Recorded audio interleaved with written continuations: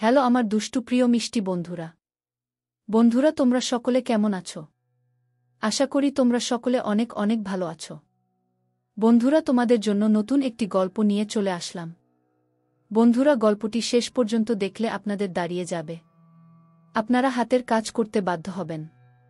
চলুন বন্ধুরা কথা না বাড়িয়ে গল্পটি শুরু করি। নিশুয়া তার বায়োলজি বইটা খুঁজে চলেছে 1 ঘন্টা যাবৎ। কোথাও খুঁজে পাচ্ছে না বইটা সে। কোথায় রেখেছে মনে করতে পারছে না সে। একরকম বিরক্ত হয়েই বেডের উপর বসে পড়ল সে। হঠাৎ ঝুমা বেগমের মুখখানার দেখা মিলল দরজায়। মেয়ের দিকে এগিয়ে এসে ঝুমা বেগম হাতে থাকা ফোনটা এগিয়ে দিলেন। নিশুয়া জিজ্ঞাসু দৃষ্টিতে তাকিয়ে আছে মায়ের দিকে। ঝুমা বেগম, নে ধর, তোর স্যার কথা বলবে। নিশুয়া ভরকাল। শাহেদ হঠাৎ কল দিতে যাবে কেন? তার সাথে কিসের কথা? সেদিনের পর থেকে না দেখা হয়েছে তাদের, আর না কথা হয়েছে। রাজ্যের অস্বস্তি এসে ঘিরে ধরল নিশুয়াকে। কথা বলতে লজ্জা বোধ হচ্ছে তার। ঝুমা বেগম রেগে ফোনটা হাতে নে, আমি চুলায় চায়ের পাতিল বসিয়ে এসেছি। নিশুয়া কাপা কাপা হাতে ফোনটা নিল। ঝুমা বেগম তড়িঘড়ি করে প্রস্থান করল। নিশুয়া মিনিট খানেক ফোনটা কানে ধরে নিশ্চুপ হয়ে বসে আছে। তার বুকের ভেতর ধুকধুক শব্দটা ক্রমশ বাড়ছে। শব্দটা বাড়তে বাড়তে তার কানের পর্দা ফাটার উপক্রম। শব্দটা একমাত্র সে ছাড়া কেউ শুনছে না।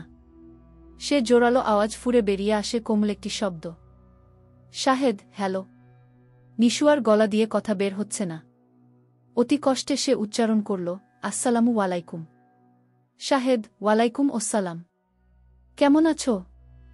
নিশুয়া, ভালো। আপনি? শাহেদ, আলহামদুলিল্লাহ। পড়াশোনা কেমন চলছে? নিশুয়া, ভালো। শাহেদ, অঙ্কের সবগুলো চ্যাপ্টার ভালো করে দেখছো তো? নিশুয়া, হুম। শাহেদ, বিজ্ঞানের সবকিছু দেখছো ঠিকঠাক করে? নিশুয়া, হুম। শাহেদ, ইংরেজি সাবজেক্টটা ও একটু খেয়াল রেখো। নিশুয়া, হুম। শাহেদ একটু বিরক্ত হল। বলল, এত যে হুম হুম করছো সব পরীক্ষার ফল প্রকাশের পর বোঝা যাবে। নিশুয়া রেগে, হুম হুম করব না তো কি আপনার সঙ্গে আমি প্রেম করব? কথাটা বলেই নিশুয়া জিহবায় কামড় বসাল। এরকম একটা কথা হুট করে বলে ফেলবে সে ভাবেনি। শাহেদ মজার ছলে বলল, শাহেদ, সে তো করতেই চেয়েছিলে তুমি। নিশুয়া, হুম চেয়েছিলাম, কিন্তু এখন আর চাই না। শাহেদ, কেন? নিশুয়া, এসব বলতে কল করেছেন আপনি? শাহেদ, অবশ্যই না। আমি এটা বলতে কল করেছি, পরীক্ষা খারাপ হলে পাড়ার মোড়ে বসে যে আরিফ নামের লম্বা চুলওয়ালা ছেলেটার সঙ্গে কাল বিকেলে চট্টি খাচ্ছিলেন তার সঙ্গে সঙ্গে আপনার ঠ্যাং ও ভাঙব। নিশুয়া, 1 মিনিট 1 মিনিট। আপনি কি আমি কোথায় কার সঙ্গে বসে কি খাচ্ছি এসবের উপর নজর রাখছেন? শাহেদ, তুমি এরকম একটা মহাকাণ্ড ঘটাবে আর সেটা আমার কান অবধি পৌঁছাবে না ভাবলে কি করে? নিশুয়া, মোটেও এটা মহাকাণ্ড নয়। ছেলেটা আমার বান্ধবীর বফ।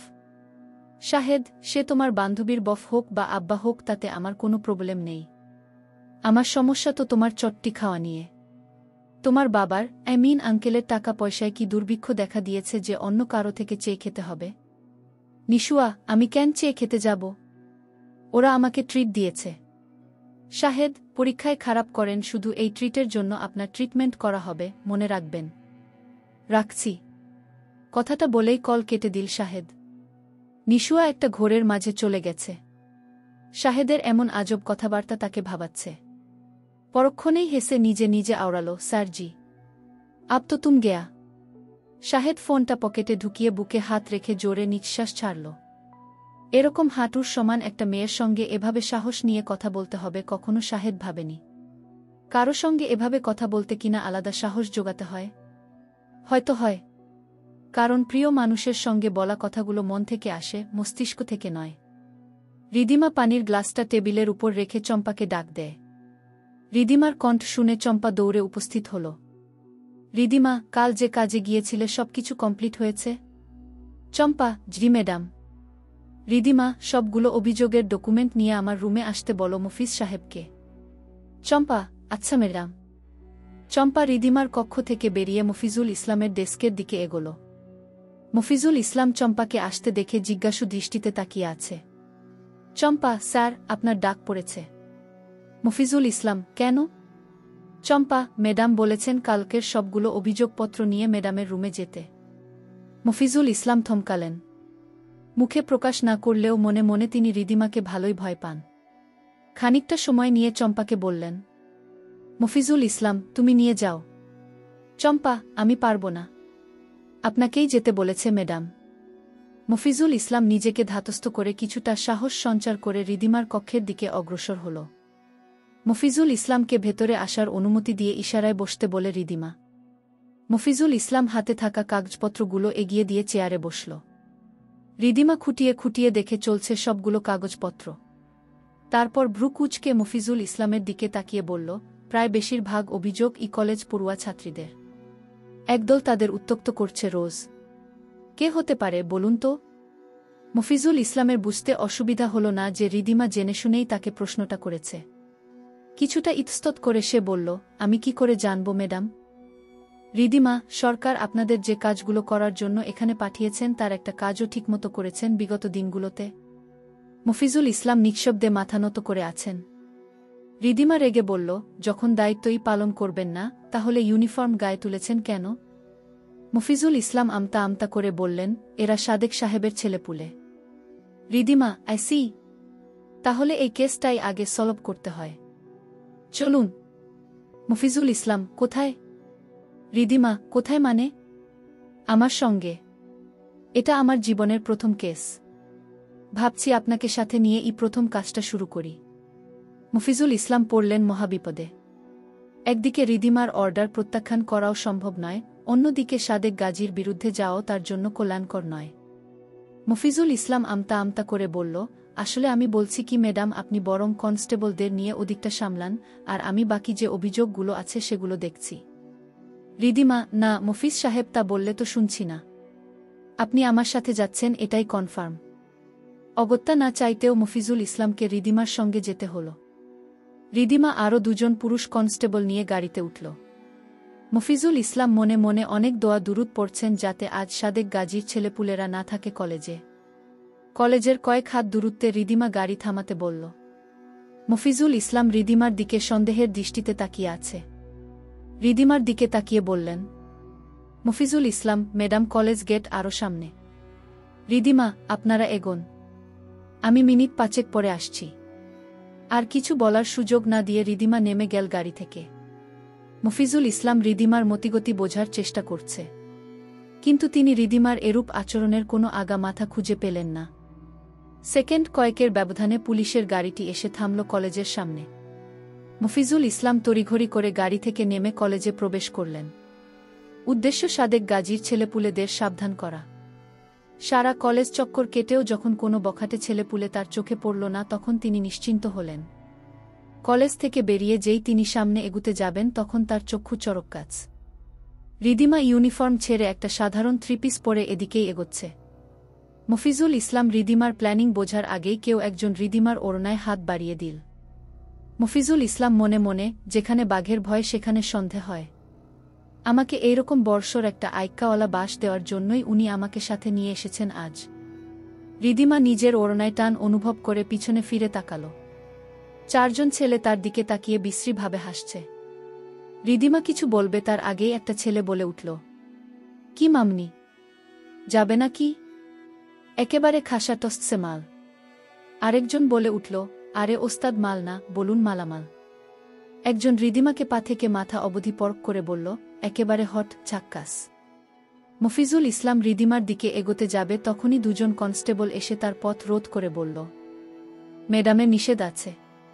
যতক্ষণ না তিনি যেতে বলছেন ততক্ষণ অবধি সেদিকে যাওয়া যাবে না। রিদিমা ছেলেগুলোর দিকে তাকিয়ে বলল, ওই যে পুলিশ দেখছেন, ওদের ডাকব কিন্তু। ছেলেগুলো অট্টহাসিতে ফেটে পড়ে। রিদিমা অসহায়ের মতো দুবার মফিজুল ইসলামের দিকে তাকিয়ে ডাকল, কিন্তু তাদের এদিকে আসতে না দেখে ছেলেদের একজন বলল, ওই পুলিশরা এলো না খুকি তোমার ডাকে? তোমাকে এই রাস্তায় খেয়ে ছেড়ে দিলেও ওরা আমাদের কিচ্ছুটি করতে পারবে না। একটা ছেলে এগোতে এগোতে বলল, নিজের ইচ্ছেতে যাবে নাকি? কখনো কাউকে নিজের ইচ্ছেয় যেতে দেখেছিস? কান্ধে তোল। একজন রিদিমার হাত ধরতে যাবে তখনই রিদিমা তার ডান হাত মুষ্টিবদ্ধ করে সমস্ত শক্তি দিয়ে ঘুষি বসিয়ে দিল তার নাক বরাবর। ক্রোধে ফেটে পড়ে রিদিমা বলল, তোদের এত সহজে ছেড়ে দেওয়ার জন্য তো এতগুলো দিন কষ্ট করে ট্রেনিং নেইনি। নারীর হাতের রান্না খেয়ে যেভাবে তৃপ্তির ঢেকুর তুলিস, সেভাবেই আজ এই হাতের শক্তি মেপে দেখ। রিদিমার আক্রমণে বাকি তিনজন ক্ষেপে উঠল। একজন অ্যাটাক করতে এগিয়ে আসার সঙ্গে সঙ্গে রিদিমা তার গোপনাঙ্গ বরাবর লাথি বসাল। সাথে থাকা দুজন রিদিমার দিকে চড়াও হওয়ার আগে রিদিমা কনস্টেবলদের দিকে তাকিয়ে ইশারা করতেই তারা এগিয়ে এলো। হাতে থাকা বন্দুকের গোড়া দিয়ে পেটাতে লাগল দুজনকে। যতক্ষণ পর্যন্ত না তারা আধ মরা হয়ে মাটিতে পড়েছে ততক্ষণ অবধি বেদম প্রহার চলতে থাকে। রিদিমা ছেলেগুলোর দিকে তাকিয়ে বলল, আজকের এই চ্যাংধোলাই এর কথা মনে থাকলে আর কখনো কোনো স্কুল, কলেজ, ভার্সিটির সামনে যেতে বুক কাঁপবে তোদের। কনস্টেবলদের দিকে তাকিয়ে আবারও রিদিমা বলল, সবটাকে গাড়িতে তোলো। ছেলেগুলোকে টেনে হিঁচড়ে গাড়িতে তোলা হলো। মফিজুল ইসলাম রিদিমার দিকে তাকাতেই একটা মুচকি হাসি উপহার পেল। বাকি সবার সাথে তিনি নিজেও গাড়িতে উঠে বসল। রিদিমা চারপাশে একবার চোখ বুলাল। প্রায় 50-এরও অধিক সংখ্যক স্টুডেন্ট তাকে ঘিরে দাঁড়িয়ে আছে। তাদের চোখে মুখে খুশির জোয়ার। এখানে উপস্থিত মেয়েগুলো রিদিমার দিকে এগিয়ে এসে কৃতজ্ঞতা প্রকাশ করল। এতদিন আমরা এমন একজন লোকের অপেক্ষায় ছিলাম। আমরা নিজেদের নিরাপত্তার জন্য এমন কাউকেই খুঁজছিলাম ম্যাডাম। রিদিমা হাসল, নিজের নিরাপত্তার জন্য অন্যের উপর নির্ভরশীল হওয়া বোকামি ছাড়া আর কিছু নয়। সবাই অবাক হয়ে তাকিয়ে আছে। তার মধ্যে একজন বলে উঠল, এতগুলো ছেলের সঙ্গে আমরা মেয়ে হয়ে পারব না কি? রিদিমা, মেয়ে বলে নিজেকে দুর্বল ভেবেই তাদের সাহস তোমরা নিজেরাই বাড়িয়ে দিয়েছ। নিজেদের উপর কনফিডেন্স নেই বলেই তোমরা ভয়ে আড়ষ্ট হয়ে থাকো। তাহলে কি করা উচিত আমাদের? রিদিমা, আজ দুজন প্রতিবাদ করো ওদের বিরুদ্ধে। কাল আরও 3 জন যোগ দেবে তোমাদের দলে। এভাবে ধীরে ধীরে তোমাদের দল ভারী হবে। এরপর ওরা চোখ তুলে তাকাতেও সাহস পাবে না। সবাই সবার মুখ চাওয়াচাওয়ি করছে। রিদিমার বলা কথাগুলো আসলেই ঠিক। রিদিমা আবারও বলল, আজ থেকে নিজের নিরাপত্তার দায়িত্ব নিজে নাও। এখন আমি আছি বলে যে সবসময় পাশে আমাকে পাবে তাও কিন্তু নয়। তাই নিজেকে রক্ষা করার হাতিয়ার নিজেকেই হতে হয়। কি পারবে না? সবাই বলে উঠল, পারব আমরা। আজ থেকে আমরাই আমাদের হাতিয়ার হব। রিদিমা শুনে খুশি হলাম। আশা করি ফের আসতে হবে না আমাকে। তারপরও যদি খুব বেশি প্রয়োজন হয় তাহলে ডেকে নিও আমাকে, সময় মতো হাজির হব। সবাই এগিয়ে এসে রিদিমাকে কৃতজ্ঞতা জানাল। রিদিমা সবার থেকে বিদায় নিয়ে গাড়িতে উঠে বসল। গাড়ি চলতে লাগল নির্দিষ্ট গন্তব্যে। মেঘ দীপ্তি বসে আছে সিনথিয়ার বাসায়। সামনে রাখা আছে কয়েক রকমের ফল, চা, বিস্কুট আর দই। মেঘ বোনের দিকে তাকিয়ে বলল, মেঘ, এত কিছু করার কি দরকার ছিল? সিনথিয়া, কোথায়?